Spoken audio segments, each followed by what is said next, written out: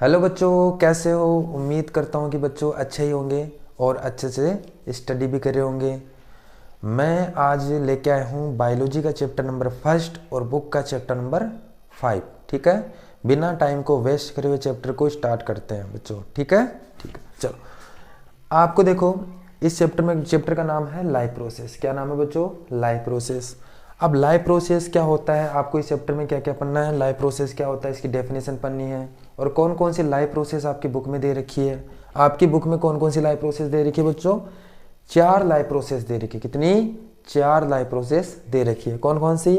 Nutrition दे रखी है, respiration दे रखी है, ट्रांसपोर्टेशन दे रखी है, एक्सक्रिएशन दे रखी है। बच्चों ये आपको दिखाई नहीं दे रहा होगा, इधर मैं दोबारा से लिखने वाला हूँ अभी। ठीक है, तो ये 4 लाइफ प्रोसेस दे रखी है। तो इस वीडियो में बेटा आपको ये पूरे इस चैप्टर में ही आपको ये 4 लाइफ प्रोसेस ही पढ़ना है।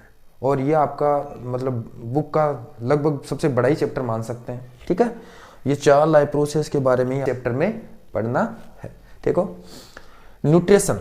आज के वीडियो में हम एक ही लाइफ प्रोसेस न्यूट्रिशन को ही पढ़ने वाले हैं, क्योंकि न्यूट्रिशन अपने आप में एक बड़ा टॉपिक है। ठीक है, बाकी जो रेस्पिरेशन, ट्रांसपोर्टेशन, एक्सक्रीशन, बाकी जो 3 बच गई है लाइफ प्रोसेस, वो अगले वीडियो में देखेंगे। पहले हम देखेंगे न्यूट्रिशन, इसी लाइफ प्रोसेस को देखने वाले। चलो चैप्टर को स्टार्ट करते हैं बच्चों। सबसे जो पहला टॉपिक आता है वो लाइफ प्रोसेस का आता है। किसका आता है बच्चों? Life process. लाइफ प्रोसेस किसको कहते हैं? लाइफ प्रोसेस की आपको डेफिनेशन बताना होनी चाहिए। लाइफ प्रोसेस देखो, कोई भी ऑर्गेनिज्म, यानी सिंपल भाषा में बताऊं तो लाइफ की ऐसी प्रोसेस जो किसी ऑर्गेनिज्म को क्या रखती है? जिंदा रखती है।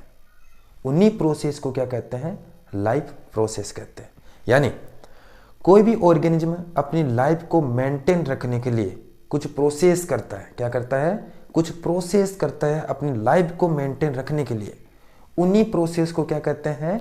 लाइफ प्रोसेस कहते हैं बच्चों। क्या कहते हैं? Life process. यानी अपनी लाइफ को मेंटेन रखने के लिए, अपने आप को जिंदा रखने के लिए कोई भी ऑर्गेनिज्म कुछ प्रोसेस करता है। उन्हीं प्रोसेस को क्या कहते हैं? लाइफ प्रोसेस कहते हैं। चलो, आपकी बुक में कितनी लाइफ प्रोसेस दे रखी है? 4 लाइफ प्रोसेस दे रखी है बच्चों। कौन कौन सी दे रखी है? पहली दे रखी है बच्चों न्यूट्रिशन। कौन सी दे रखी है? न्यूट्रिशन। और सेकंड कौन सी दे रखी है? रेस्पिरेशन। कौन सी दे रखी है बच्चों? रेस्पिरेशन। और थर्ड कौन सी दे रखी है? ट्रांसपोर्टेशन। ट्रांसपोर्टेशन थर्ड ये दे रखी है बच्चों। और चौथी कौन सी दे रखी है? चौथी दे रखी है एक्सक्रीशन। कौन सी दे रखी है बच्चों? एक्सक्रीशन। आपको इस बुक में ये 4 ही लाइफ प्रोसेस पढ़नी है। तो ये चारों लाइफ प्रोसेस बेटा यही है लाइफ प्रोसेस। ये चारों लाइफ प्रोसेस है। ठीक है, अगर कोई भी ऑर्गेनिज्म अपने आप को जिंदा रखना चाहता है, ठीक है, तो ये चारों लाइफ प्रोसेस को करना जरूरी है। देखो, अगर आप हो या मैं हूं, मैं अपनी लाइफ को मेंटेन रखना चाहता हूं, अपने आप को जीवित रखना चाहता हूं, तो क्या करूंगा? ये चारों लाइफ प्रोसेस करने वाला हूं। ये सभी करते हैं, आप करते हो, मैं करता हूं, सब करते हैं, कुत्ता बिल्ली सब करते हैं, ये चारों लाइफ प्रोसेस।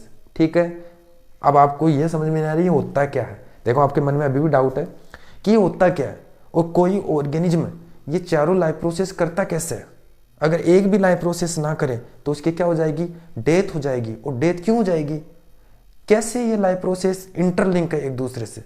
चलो, ये मैं आपको पहले टॉपिक में जाने से पहले आपको पहले ये बता देता हूं कि ये चारों लाइफ प्रोसेस एक दूसरे से क्या इंटरलिंक कैसे। ठीक है, अगर कोई भी ऑर्गेनिज्म एक भी लाइफ प्रोसेस नहीं करेगा, मान लो न्यूट्रिशन छोड़ दे, ये तीनों कर ले, तो क्या वो जीवित रहेगा? नहीं, बिल्कुल नहीं रहेगा, वो उसकी डेथ हो जाएगी।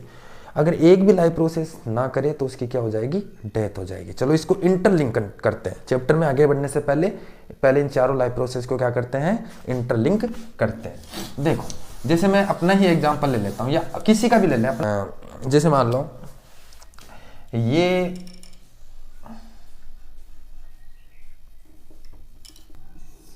ये कोई ह्यूमन बीइंग है। ठीक है, और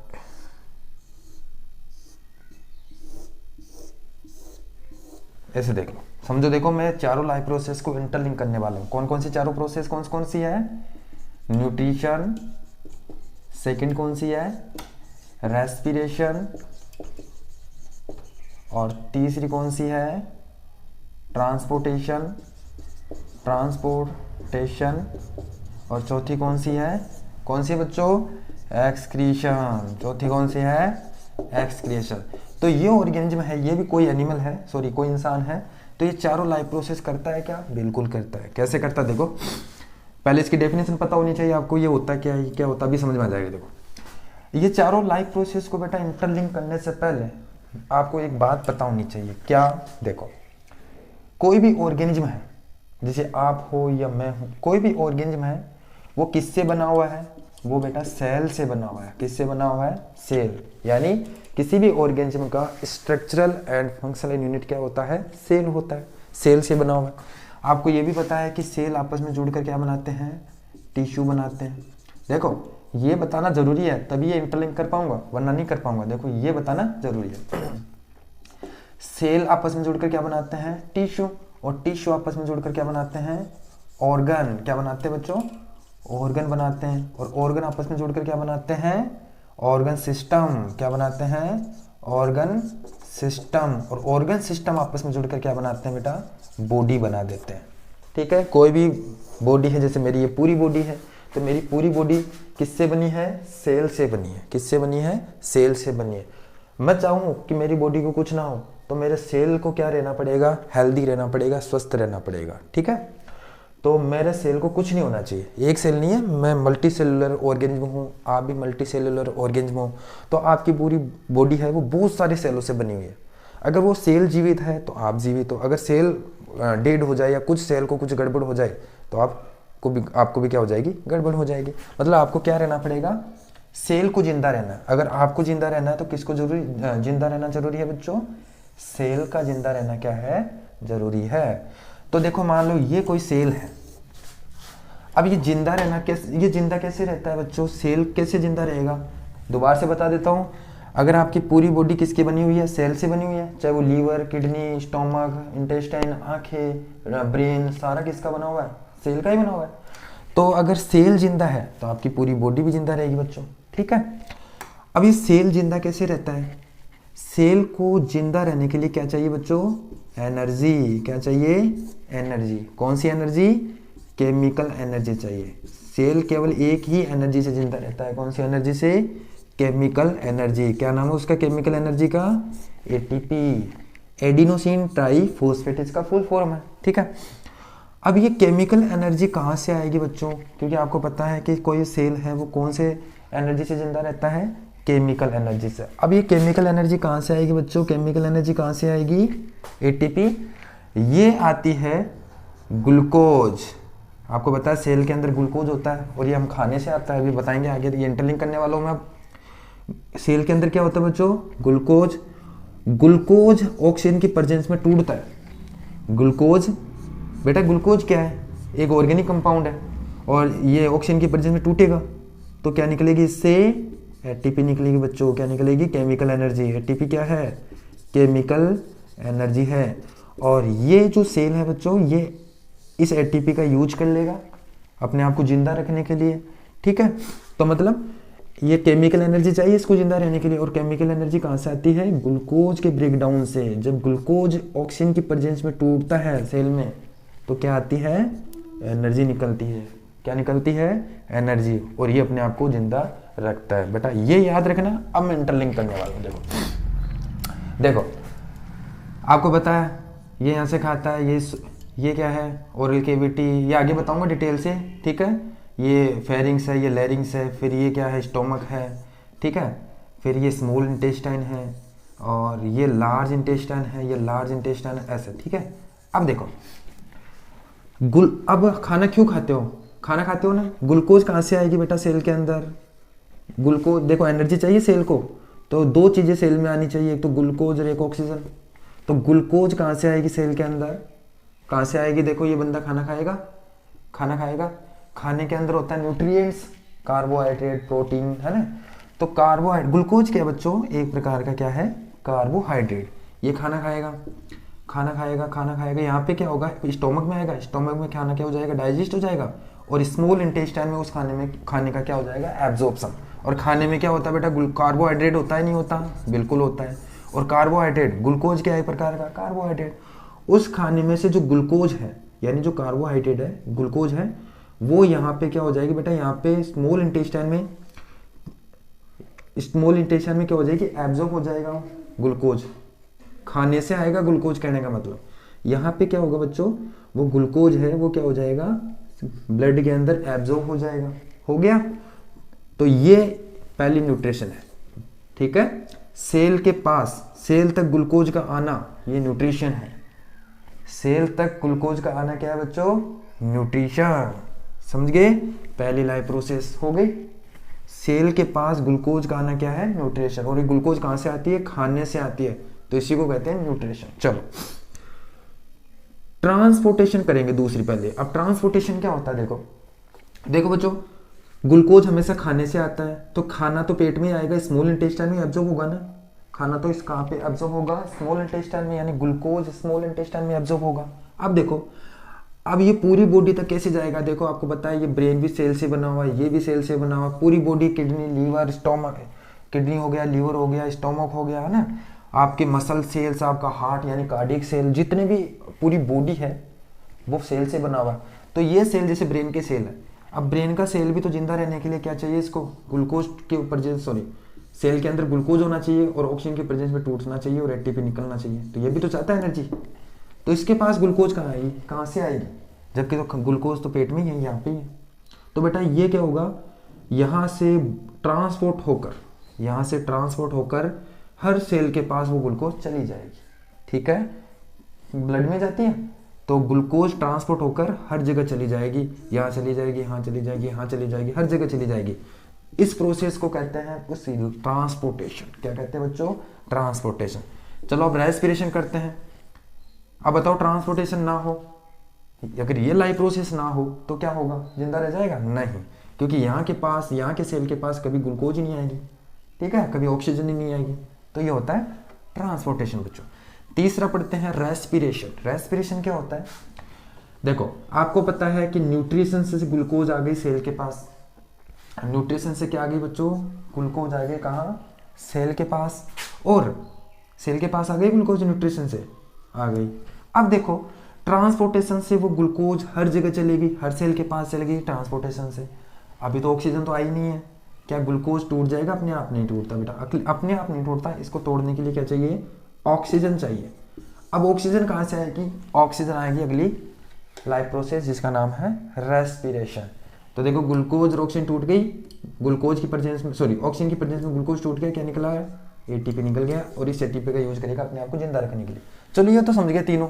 फिर आप कहोगे बच्चों आप ये कहोगे कि ये जो लास्ट वाली लाइफ प्रोसेस है इसका क्या काम है, तीन तो समझ गए, एक से तो ग्लूकोज आता है, एक से ऑक्सीजन आती है, और एक वो ग्लूकोज और ऑक्सीजन हर जगह जाती है, हर सेल के पास जाती है, ये तो समझ गए।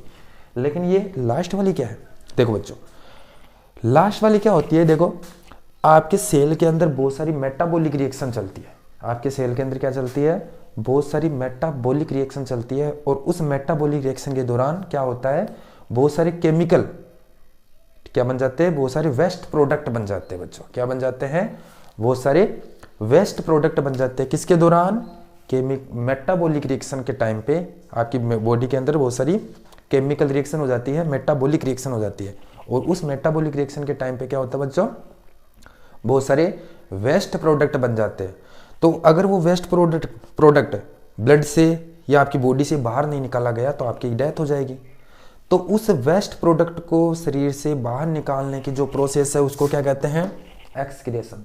मान लो आपने ये करा लेकिन लास्ट वाली नहीं करी लाइफ प्रोसेस, तो क्या हो जाएगी, आपकी डेथ हो जाएगी, क्योंकि आपकी पूरी ब्लड में, पूरी बॉडी में वो वेस्ट प्रोडक्ट इकट्ठा हो जाएंगे, और वो वेस्ट प्रोडक्ट क्या करेंगे, आपकी डेथ कर सकते हैं, समझे, सेल को खराब कर सकते हैं, समझ गए। तो ये चारों लाइफ प्रोसेस बहुत इंपॉर्टेंट है। चलो स्टार्ट करते हैं। मैं उम्मीद करता हूँ कि ये जो इंटरलिंक मैंने किया है लाइफ प्रोसेस, सभी लाइफ प्रोसेस का आपको समझ में आया होगा। चलो स्टार्ट करते हैं। सबसे पहली लाइफ प्रोसेस न्यूट्रिशन को, किसको करते हैं बेटा, न्यूट्रिशन अभी मैंने बताया।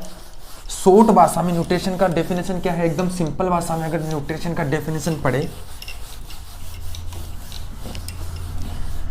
अगर शॉर्ट भाषा में अगर इसका सिंपल डेफिनेशन पढ़े लाइफ इसका न्यूट्रिशन का बच्चों, तो क्या होने वाला है, ग्लूकोज का सेल तक आना, समझे बच्चों, ग्लूकोज का सेल तक आना ही न्यूट्रिशन है। ठीक है। लेकिन ये एग्जाम में अगर न्यूट्रिशन आ जाए तो बच्चों ये आपको डेफिनेशन नहीं लिखनी है, ठीक है। न्यूट्रिशन की ये डेफिनेशन नहीं लिखनी है अगर एग्जाम में आ गया। मैं आपको समझाने के लिए बता रहा हूँ कि सिंपल डेफिनेशन यही होने वाली है। कौन सी? ग्लूकोज का सेल तक आना क्या है? न्यूट्रिशन, ठीक है बच्चों। चलो न्यूट्रिशन स्टार्ट करते हैं। सबसे पहली लाइफ प्रोसेस पढ़ रहे हैं, कौन सी? न्यूट्रिशन। चलो न्यूट्रिशन की डेफिनेशन क्या होती है देखो, the process in which organism intake and utilize of food for various life process। देखो बच्चों क्या लिखा हुआ है, the process in which organism intake and utilize of food for various life process. देखो अभी मैंने बताया कि ग्लूकोज न्यूट्रिशन का क्या मतलब होता है। न्यूट्रिशन का मतलब होता है सेल के पास ग्लूकोज का आना, यही होता है। अब सेल के पास ग्लूकोज कहाँ से आएगी? खाने से आएगी ना, खाने से आएगी, क्योंकि खाने में होता है ग्लूकोज, कार्बोहाइड्रेट, ठीक है। तो देखो the process in which organism intake food, food को इनटेक करना और उसमें जो भी काम की चीज़ें हैं उसको यूटिलाइज करने, फूड में उस न्यूट्रिएंट को यूटिलाइज करने की जो प्रोसेस है उसको क्या कहते हैं? क्या कहते हैं? न्यूट्रिशन कहते हैं। यानी आप खाना खाते हो, खाने के अंदर क्या होता है? न्यूट्रिएंट होते हैं। उस न्यूट्रिएंट को यूटिलाइज करना है, उपयोग में लेना है, ठीक है। इसलिए इस प्रोसेस को क्या कहते हैं? न्यूट्रिशन कहते हैं। देखो बच्चों न्यूट्रिशन आपकी बुक में 2 दे रखा है। देखो कितने टाइप दे रखे न्यूट्रिशन के?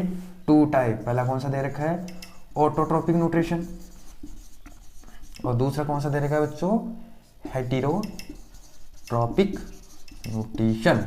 कौन सा दे रखा है? Heterotrophic nutrition. देखो अभी मैंने बताया कि ग्लूकोज का सेल में आना न्यूट्रिशन है। जो अपना देखो मान लो ये सेल है, ठीक है। अगर कोई ऑर्गेनिज्म अपना ग्लूकोज खुद बनाए सेल में, समझ रहे हो?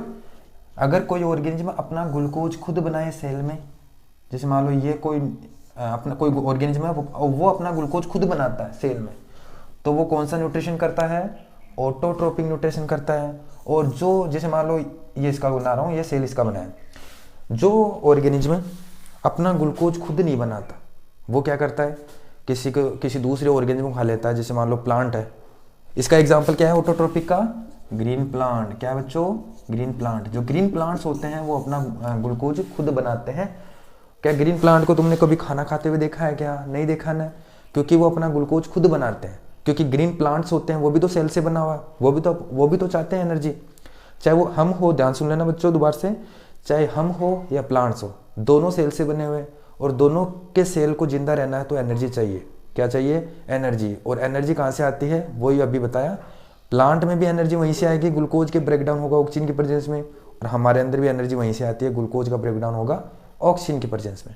उनको भी ग्लूकोज चाहिए जिंदा रहना है, हमें भी ग्लूकोज चाहिए। लेकिन हमारे में और प्लांट में अंतर क्या है? प्लांट्स अपना ग्लूकोज खुद बनाते हैं, जबकि हम अपना ग्लूकोज खुद नहीं बनाते। हम क्या करते हैं? किसी दूसरे का बना बनाया ग्लूकोज खा लेते हैं। जैसे प्लांट ने अपना ग्लूकोज खुद बनाया था, ठीक है, लेकिन हम क्या करते हैं? उन्होंने जो ग्लूकोज बनाती हमने खा लिया, ठीक है। तो हम क्या है? हेटेरोट्रोप्स। क्या आप अपना ग्लूकोज खुद बना सकते हो? नहीं। मेरा ग्लूकोज मेरे सेल के पास कैसे आएगा? खाने से आएगा। मुझे खाना खाना पड़ेगा तभी आएगा मेरे पास, मेरे सेल के पास ग्लूकोज। लेकिन प्लांट में क्या होता है? कभी खाना नहीं खाते, वो अपना ग्लूकोज खुद बनाते हैं, ठीक है। समझ गए होंगे? जो अपना ग्लूकोज खुद बनाते हैं उसको कहते हैं ऑटोट्रोपिक, और जो अपना ग्लूकोज खुद नहीं बनाते वो किसी दूसरे ऑर्गेनिज्म में डिपेंड रहते हैं, वो कौन सा न्यूट्रिशन करते हैं बच्चों? हेटेरोट्रोपिक न्यूट्रिशन। समझ गए होंगे? चलो आप बताओ, डॉग है वो किस प्रकार का न्यूट्रिशन करता है? हेटेरोट्रोपिक न्यूट्रिशन करता है बच्चों। कैसा करता है? हेटेरोट्रोपिक, क्योंकि वो अपना ग्लूकोज खुद नहीं बनाता, उसको भी तो खाना पड़ता है, ठीक है। चलो हम अब इस देखो न्यूट्रिशन हमने देखा, न्यूट्रिशन में ऑटोट्रोपिक हेटेरोट्रोपिक समझ गए क्या होता है? ऑटोट्रोपिक जो अपना ग्लूकोज खुद बनाते हैं, जैसे ग्रीन प्लांट और ब्लू ग्रीन एल्गी। बेटा एक एग्जांपल और गया था इसका, ब्लू ग्रीन एल्गी, ये भी अपना ग्लूकोज खुद बनाते हैं। जबकि दूसरा कौन सा है? हेटेरोट्रोपिक न्यूट्रिशन, ये अपना ग्लूकोज खुद नहीं बनाते, ठीक है। चलो अब इन सबसे पहला टॉपिक कौन सा पढ़ेंगे बच्चों? Autotrophic nutrition. कौन सा पढ़ेंगे? ऑटोट्रोपिक न्यूट्रिशन को डिटेल से पढ़ेंगे आप इसको, ठीक है। चलो न्यूट्रिशन में पहला पढ़ेंगे ऑटोट्रॉपिक न्यूट्रिशन। ऑटोट्रॉपिक न्यूट्रिशन, चलो इसको समझते देखो। ऑटोट्रॉपिक न्यूट्रिशन कौन सा होता है बच्चों, कि ऐसे ऑर्गेनिज्म, इस प्रकार के न्यूट्रिशन में ऐसे ऑर्गेनिज्म आते हैं जो अपना ग्लूकोज खुद बनाते हैं, उसको क्या कहते हैं, ऑटोट्रॉपिक न्यूट्रिशन कहते हैं। ठीक है, इसमें क्या होता है बच्चों, इसमें एग्जाम्पल मैंने कौन कौन से बताए थे, ग्रीन प्लांट्स और ब्लू ग्रीन एल्गी। ठीक है, ये दो एग्जाम्पल मैंने इसके बताए।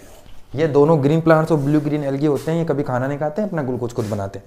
अब कैसे बनाते हैं, क्यों बनाते हैं, प्लांट्स के अंदर प्लांट्स में ऐसी कौन सी ताकत है जिससे वो अपना ग्लूकोज खुद बना सकते हैं, जबकि हम नहीं बना सकते।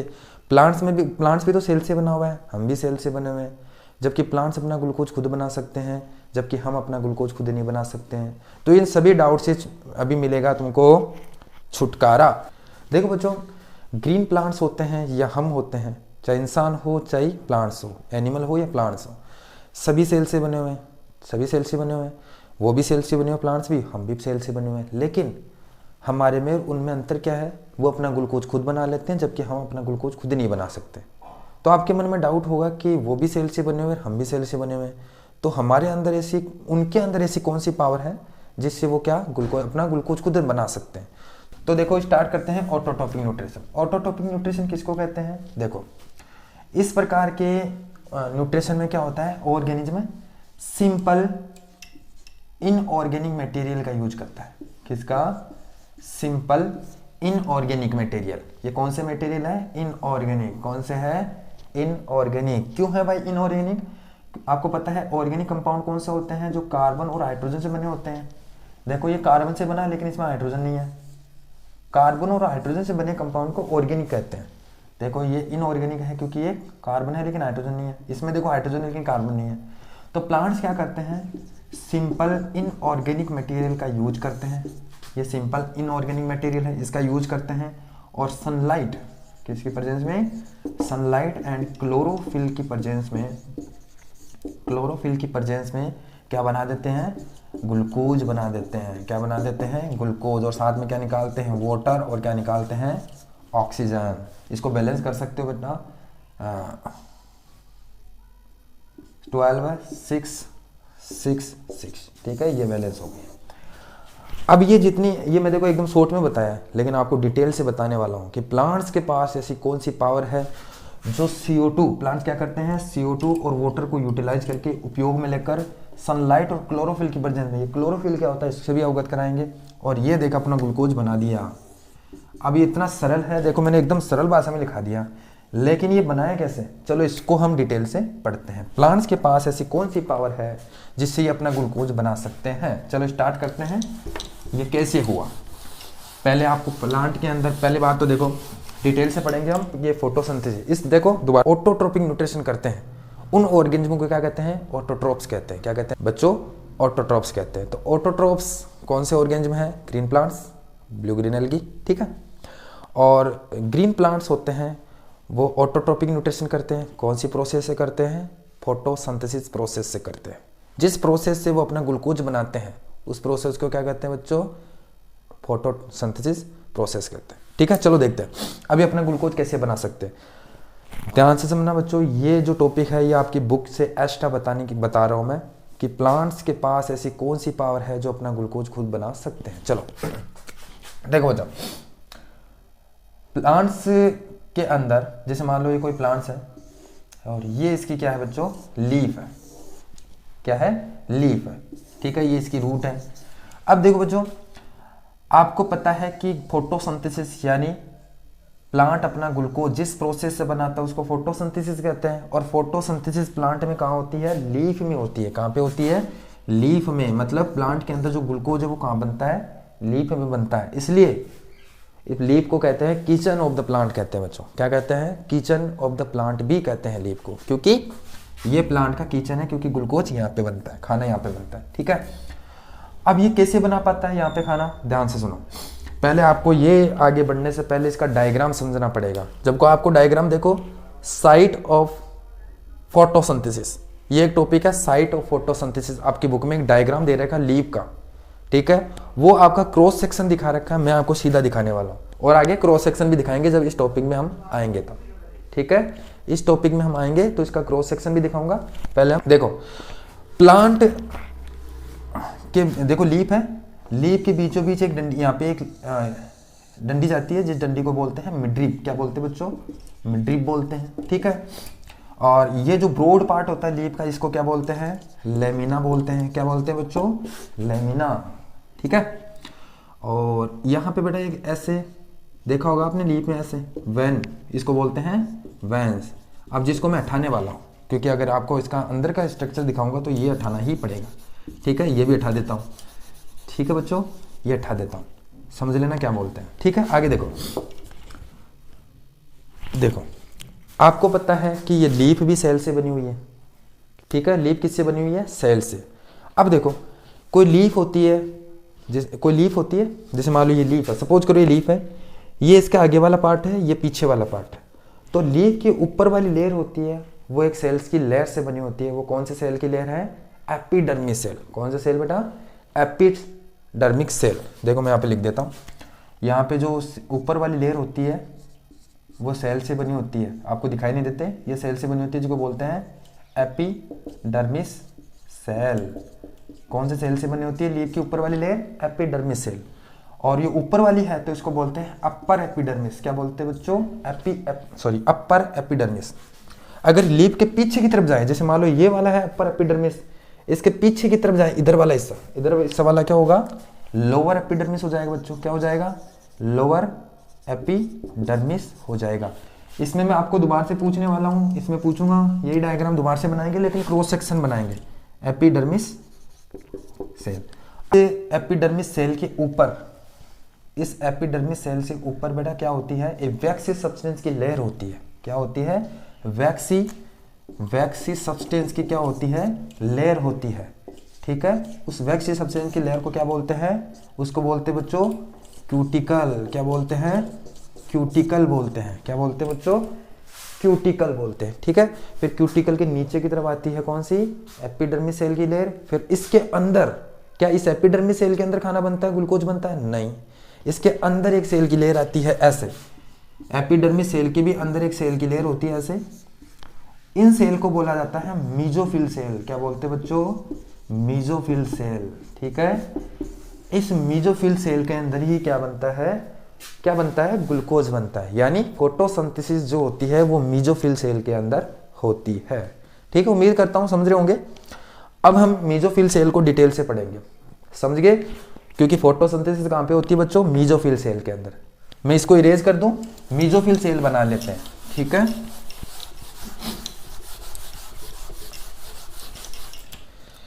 देखो बच्चों ये क्या है, एक लीफ है, सपोज करो ये क्या है, लीफ, और इसके मैं कुछ भी नहीं बनाऊंगा, बाकी के पार्ट नहीं बनाने वाला, ठीक है। ये लीफ है बच्चों, मैं केवल क्या बना रहा हूं, मीजोफिल सेल बना रहा हूं। ये क्या बच्चों, मीजोफिल सेल, ठीक है। मीजोफिल सेल हो चाहे वो आपका सेल हो, मसल सेल्स, कार्डियक सेल्स, है ना, न्यूरल सेल, कोई सा भी सेल हो, उसके अंदर ऑर्गेनेली होती है। सेल के अंदर क्या होती है बच्चों, ऑर्गेनेली।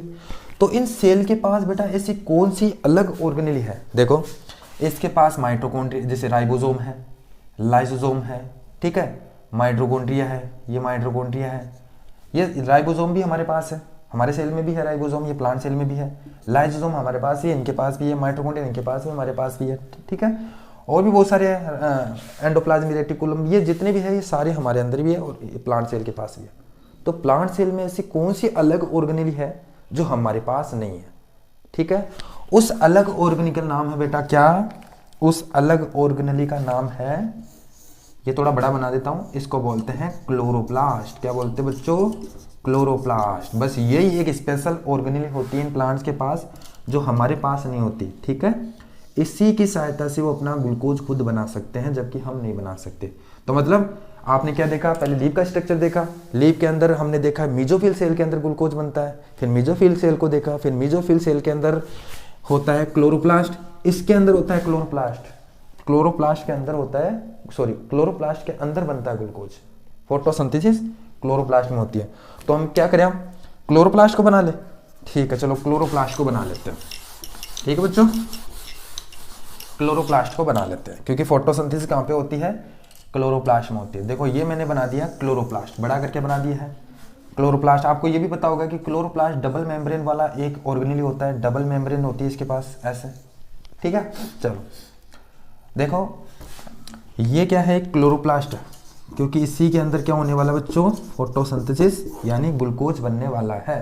ठीक है, कैसे बनता है देखो, पहले अगर आप इसको माइक्रोस्कोप से देखो, क्लोरोप्लास्ट को अगर माइक्रोस्कोप से देखो तो आपको ऐसा स्ट्रक्चर नजर आएगा बेटा, ऐसा स्ट्रक्चर नजर आएगा, ऐसे कोइन लाइक स्ट्रक्चर, ये कोइन लाइक स्ट्रक्चर नजर आएगा, और एक कोइन के ऊपर दूसरी कोइन ऐसे रहेगी, और बहुत सारे होंगे बेटा, मैंने एक ही बनाया है, ऐसे बहुत सारे होंगे।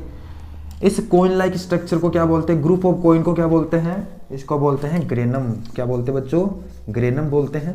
अगर आपको ये नाम याद नहीं होते तो कोई दिक्कत नहीं है, ये बड़ी क्लास का बता रहा हूँ। ठीक है, ये मैं समझाने की कोशिश कर रहा हूँ कि ग्लूकोज बनता कैसे आखिर। ठीक है, इसको बोलते हैं ग्रेनम, और ये जो खाली पार्ट है इनको बोलते हैं स्ट्रोमा। क्या बोलते हैं बच्चों, स्ट्रोमा बोलते हैं। ठीक है, देखो अगर ये समझ गए ना तुम लोग, तो तुम ये समझ जाओगे मेन इवेंट ऑफ फोटोसिंथेसिस, ये आराम से समझ में आ जाएगा तुमको। मेन इवेंट ऑफ फोटोसिंथेसिस, ये सारे टॉपिक है आपके बुक में। ठीक है, चलो इसको स्ट्रोमा बोलते हैं, इस खाली जगह को क्या बोलते हैं बच्चों, स्ट्रोमा। देखो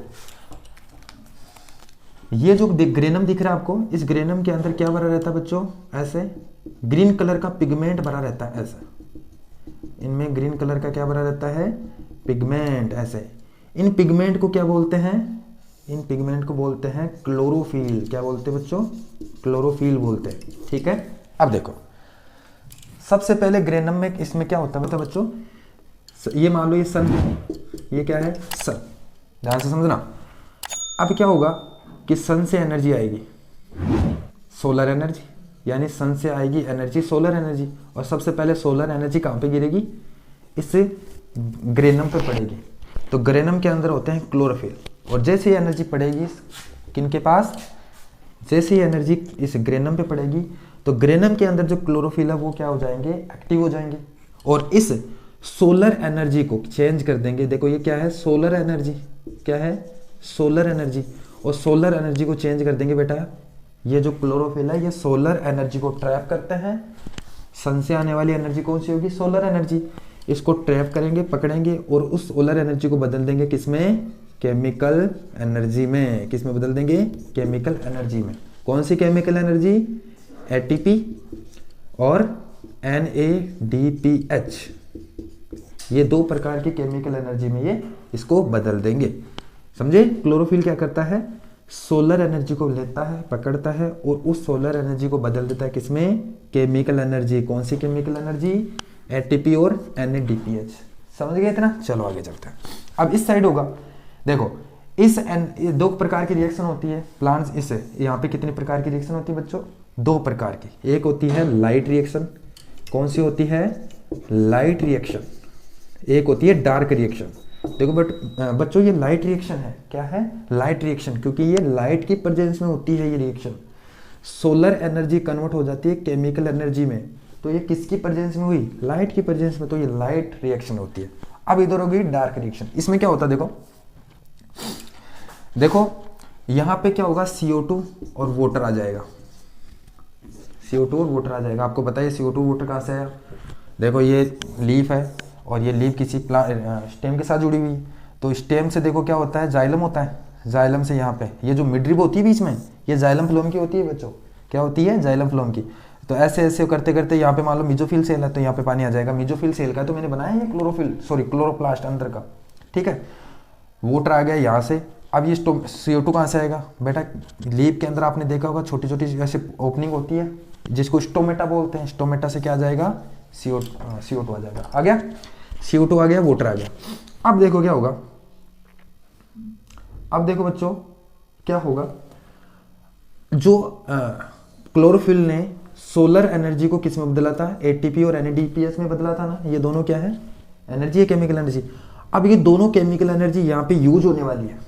ये क्या करेगी, ये एनर्जी इस वाटर को स्प्लिट कर देगी हाइड्रोजन और ऑक्सीजन में। ध्यान रखना, इस केमिकल एनर्जी का यूज किया जाता है इस वाटर को स्प्लिट करने में, और ये केमिकल एनर्जी क्या करेगी बच्चों, हाइड्रोजन और ऑक्सीजन में तोड़ देगी। किसको तोड़ देगी? हाइड्रोजन और ऑक्सीजन में, इस वाटर को। अब हाइड्रोजन और वाटर टूट गया। देखो ग्लूकोज क्या होता है? C6H12O6 होता है, मतलब इसमें कार्बन, हाइड्रोजन, ऑक्सीजन होता है। अब CO2 में देखो कार्बन और ऑक्सीजन है लेकिन हाइड्रोजन नहीं है। ठीक है, देखो सबसे पहले क्या हुआ, सोलर एनर्जी ने क्या किया, सॉरी सबसे पहले क्या हुआ, क्लोरोफिल ने सोलर एनर्जी को कन्वर्ट कर दिया केमिकल एनर्जी, यानी ATP और NADPH, और NADPH और ATP ने क्या किया, इस वाटर को स्प्लिट कर दिया हाइड्रोजन और ऑक्सीजन में। फिर थर्ड में क्या होगा, ये हाइड्रोजन इसके साथ CO2 के साथ क्या हो जाएगी, रेड्यूस हो जाएगी, रिडक्शन। रिडक्शन का मतलब क्या होता है, हाइड्रोजन का जुड़ना क्या होता है, रिडक्शन होता है। तो इस CO2 में क्या जुड़ जाएगा, हाइड्रोजन, तो CH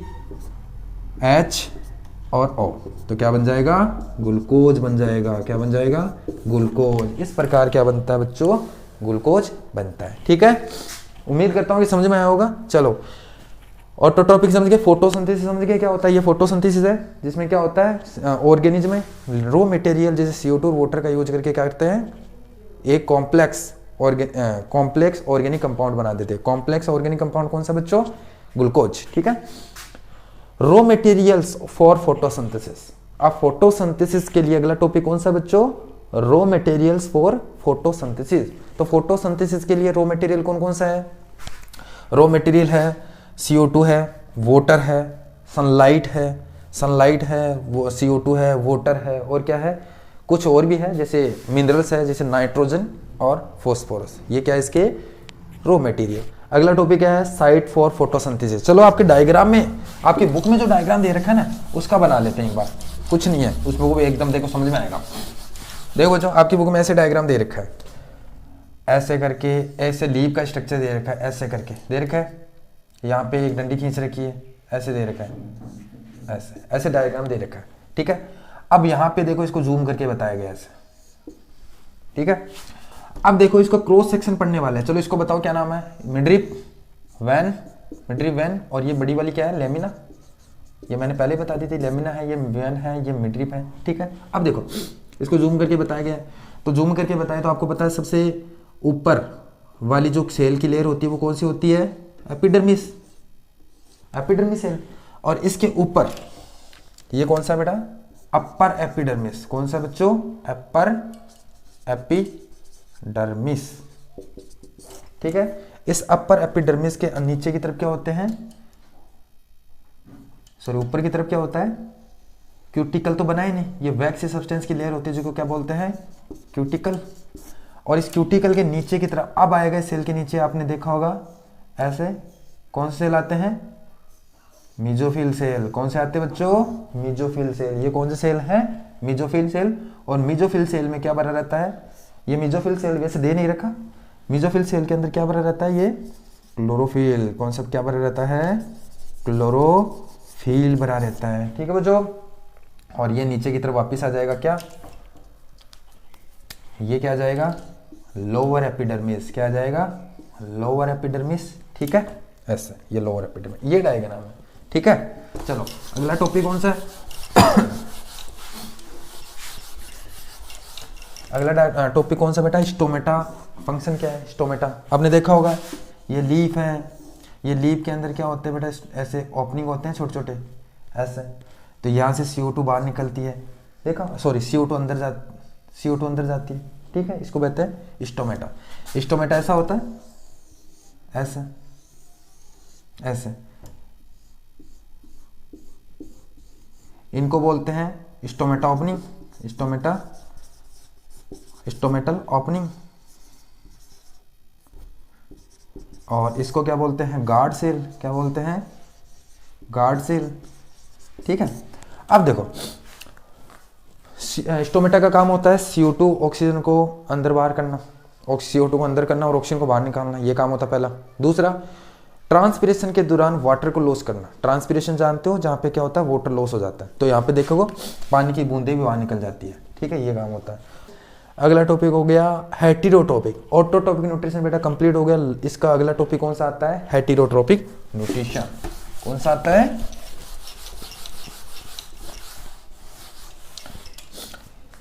इसका अगला टॉपिक कौन सा आता है बच्चों, हेटेरोटॉपिक न्यूट्रिशन। हेटेरोटॉपिक न्यूट्रिशन। ठीक है, ठीक है। चलो, हेटेरोट्रोपिक न्यूट्रिशन क्या होता है? अभी मैंने बताया था कि ऐसा न्यूट्रिशन, इस हेटेरोट्रोपिक न्यूट्रिशन क्या होता है बच्चों?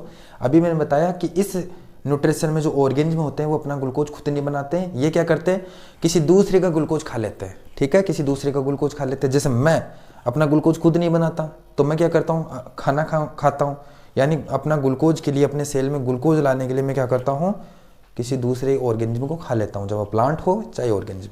ठीक है, प्लांट हो या एनिमल हो, किसी दूसरे को खा लेता हूँ। तो इस न्यूट्रिशन को क्या कहते हैं बच्चों? हेटेरोट्रोपिक न्यूट्रिशन। अगला टॉपिक कौन सा बेटा? हेटेरोट्रोपिक न्यूट्रिशन के बाद में टाइप्स ऑफ हेटेरोट्रोपिक न्यूट्रिशन। तो हेटेरोट्रोपिक न्यूट्रिशन बेटा 3 टाइप के होते हैं। कितने टाइप के होते हैं? 3 टाइप के। एक होता है बेटा सेप्रोफाइटिक न्यूट्रिशन, ठीक है। अगला कौन सा बच्चों? Parasitic nutrition. और लास्ट कौन सा है? होलोजोइक न्यूट्रिशन, ठीक है, होलोजोइक न्यूट्रिशन। देखो, हेटेरोट्रोपिक न्यूट्रिशन 3 प्रकार का होता है, सेप्रोफाइटिक, पैरासाइटिक और होलोजोइक। सेप्रोफाइटिक न्यूट्रिशन क्या होता है? इस प्रकार के न्यूट्रिशन में क्या होता है, ऑर्गेनिज्म।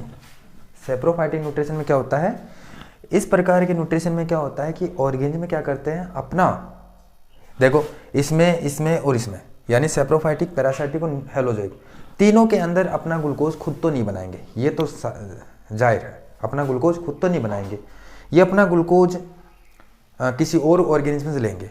लेकिन किसी अपना ग्लूकोज किसी और ऑर्गेनिज्म से लेने के भी अलग अलग तरीके होते हैं बच्चों, ठीक है। तो ये किस प्रकार से लेता है, ये किस प्रकार से लेता है, ये किस प्रकार से लेता है, ठीक है। तो इसमें क्या होता है, ऑर्गेनिज्म अपना जो ग्लूकोज है या अपना जो फूड है वो कहाँ से लेता है, डेड और डिकेइंग मैटर से। कहाँ से लेता है बच्चों? डेड और डिकेइंग मैटर से लेता है बच्चों। अपना ग्लूकोज कहाँ से लेता है? डेड और डिकेइंग मैटर से। एग्जाम्पल कौन कौन है? एग्जाम्पल है इसके बैक्टीरिया एंड फंजाई। कौन कौन बच्चों? Bacteria and fungi. देखो अब ध्यान से, ये क्या करते हैं ऐसा खाने के अंदर, ध्यान से सुनो। जैसे मान लो ये कोई ब्रेड है, ठीक है, ये कोई भी ब्रेड मान लो, तो ये क्या करते हैं, ये इसको ऐसे नहीं खाते हैं, ये इसको सड़ाकर या डेड करके या डिकेइंग करके इसको खाते हैं। डिकेइंग मतलब सड़ाकर गलाकर खाते हैं। कैसे? जैसे मान लो ये कोई बैक्टीरिया है, अब देखो आपको पता है कि ये कॉम्प्लेक्स फूड है, कॉम्प्लेक्स फूड को सिंपल में बदलने का काम किसका होता है बच्चों? एंजाइम का होता है। किसका होता है? एंजाइम का। तो ये क्या करते हैं, इसके ऊपर थूक देता है, यानी अपना एंजाइम बाहर निकालता है। अपना एंजाइम क्या करता है बच्चों?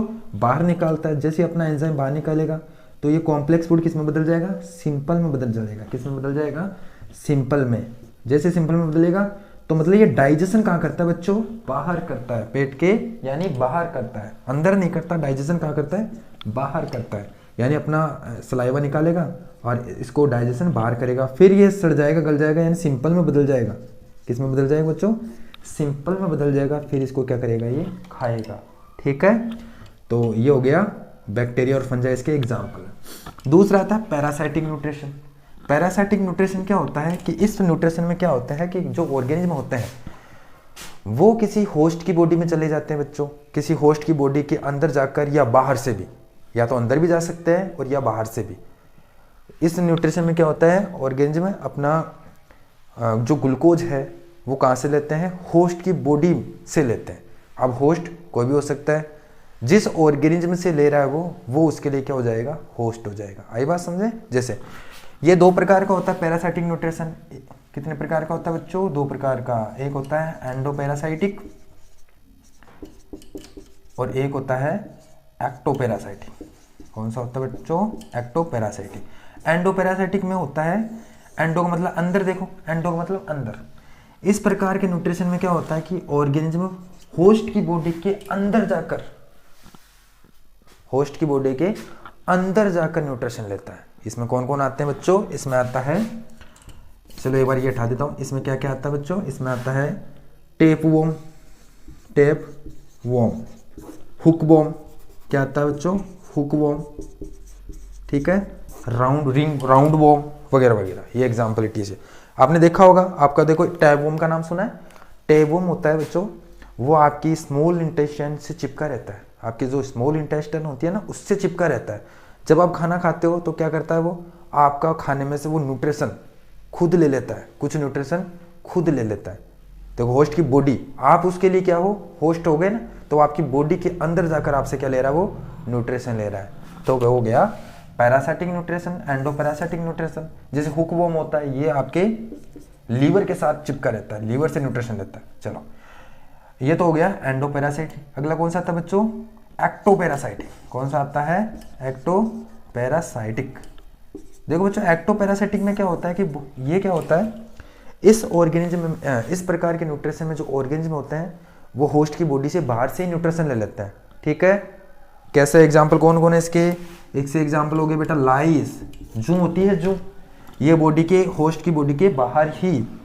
आपने टिक्स का नाम सुना, टिक्स, टिक्स होते हैं, ये भी बॉडी के बाहर से ही लेते हैं। मच्छर हो गया, मच्छर भी क्या है, एक्टोपैरासाइटिक। तो ये क्या है, होस्ट की बॉडी से बाहर से ही न्यूट्रिशन लेते हैं। होलोजोइक न्यूट्रिशन, कौन सा है, होलोजोइक न्यूट्रिशन। बेटा होलोजोइक न्यूट्रिशन क्या होता है, वो ऑर्गेनिज्म होलोजोइक न्यूट्रिशन करता है जो 5 स्टेप को कंप्लीट करता है। कौन कौन सी 5 स्टेप को कंप्लीट करता है, वो होलोजोइक न्यूट्रिशन करता है। कौन कौन सा 5 स्टेप कौन सी है, पहली है बच्चों कौन सी, पहली है इंजेशन, दूसरी है डाइजेशन, तीसरी है बच्चों एब्जॉर्प्शन, और चौथी कौन सी है, एसिमिलेशन। अगर कोई ऑर्गेनिज्म ये चारों स्टेप करता है, न्यूट्रिशन तो बाहर से ले रहा है, लेकिन लास्ट है कि बेटा पांचवी, 5 है इसमें, 5 कौन सी है, इजेशन। कौन सी है, इजेशन। अगर कोई ऑर्गेनिज्म बच्चों ये 5 स्टेप करता है, अगर कोई ऑर्गेनिज्म ये 5 स्टेप करता है तो वो कौन से प्रकार का न्यूट्रिशन करता है, होलोजोइक न्यूट्रिशन करता है। जिसमें इंजेशन का मतलब क्या होता है, फूड को इनटेक करना, फूड को इनटेक करना। डाइजेशन का मतलब होता है उस फूड के अंदर जो भी न्यूट्रिएंट्स है उसको डाइजेस्ट करना। एसिमिलेशन का मतलब क्या होता है, जैसे मान लो उस ग्लूकोज उसके अंदर, सॉरी एब्जॉर्प्शन, सॉरी दोबारा से देखो, इंजेशन का मतलब होता है फूड को इनटेक करना। डाइजेशन का मतलब होता है उस फूड के अंदर जितने भी न्यूट्रिएंट थे उसको डाइजेस्ट करना। एब्जॉर्प्शन मतलब उसके अंदर जितने भी न्यूट्रिएंट्स थे जैसे प्रोटीन वगैरह, कार्बोहाइड्रेट, उसको एब्जॉर्ब करना, ब्लड के अंदर लेके जाना। एसिमिलेशन का मतलब होता है, देखो आप खाना क्यों खाते हो, ताकि आपको सेल को एनर्जी मिल जाए। तो जो भी ग्लूकोज था, प्रोटीन था, उस सेल को, उस न्यूट्रिएंट को यूज में लेना और उससे एनर्जी निकालना, ये एसिमिलेशन है। और इजेशन का मतलब होता है उस, देखो आपको पता है आपके सेल के अंदर वेस्ट प्रोडक्ट बन जाते हैं, उन वेस्ट प्रोडक्ट को शरीर से बाहर निकालना क्या है, इजेशन। अगर कोई ऑर्गेनिज्म ये 5 स्टेप करता है तो वो कौन सा प्रकार का न्यूट्रिशन करता है, होलोजोइक न्यूट्रिशन करता है। ठीक है बच्चों, इसके बाद में जो टॉपिक आता है वो कौन सा आता है, न्यूट्रिशन इन अमीबा। ठीक है, इसके आगे का टॉपिक अगले वीडियो में देखेंगे बच्चों। अगर मेरा वीडियो अच्छा लगे तो वीडियो को लाइक करें, चैनल पे नए हो तो बच्चों चैनल को सब्सक्राइब करके बेल आइकन को प्रेस करें। ठीक है।